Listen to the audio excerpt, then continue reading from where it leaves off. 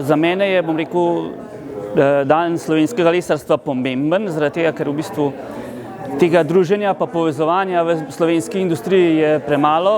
Vsi skupaj smo manjši, majhni, tako da to je samo pozitivno povezovanje, je samo pozitivno v bistvu in nujno potrebno, če bo hotel narediti en preskok, v bistvu en prehod tudi, bom rekel, da se lahko tudi v tujini pokazali kot verodostojen partner.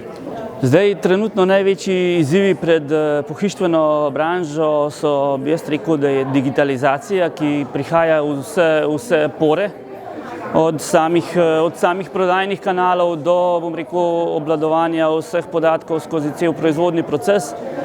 Tukaj imamo kar veliko izzivov, v bistvu pohištvena branža, posebej v Sloveniji, je bila kar nekaj časa malo zapostavljena.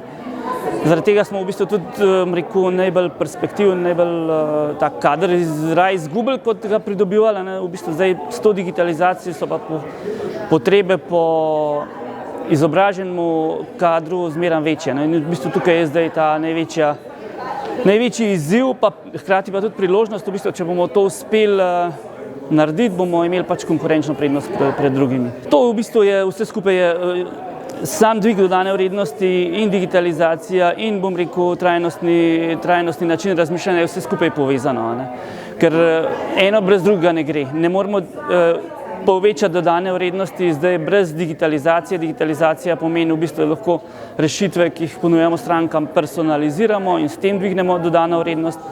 Ne moramo pa tega narediti, če ne obvladujemo, bom rekel, vseh informacij skozi cel proces.